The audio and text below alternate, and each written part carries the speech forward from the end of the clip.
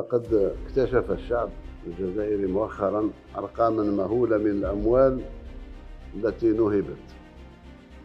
هذه عائلة واحدة عندها 500 ألف مليار. انت بتتكلم جد؟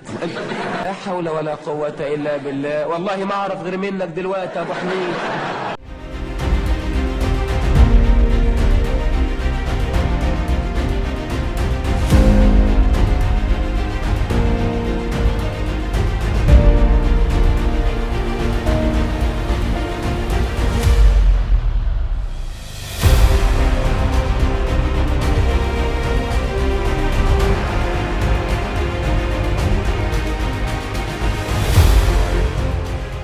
فيه أموال مكدسة في الأكواب وفي مدفونة وهذه.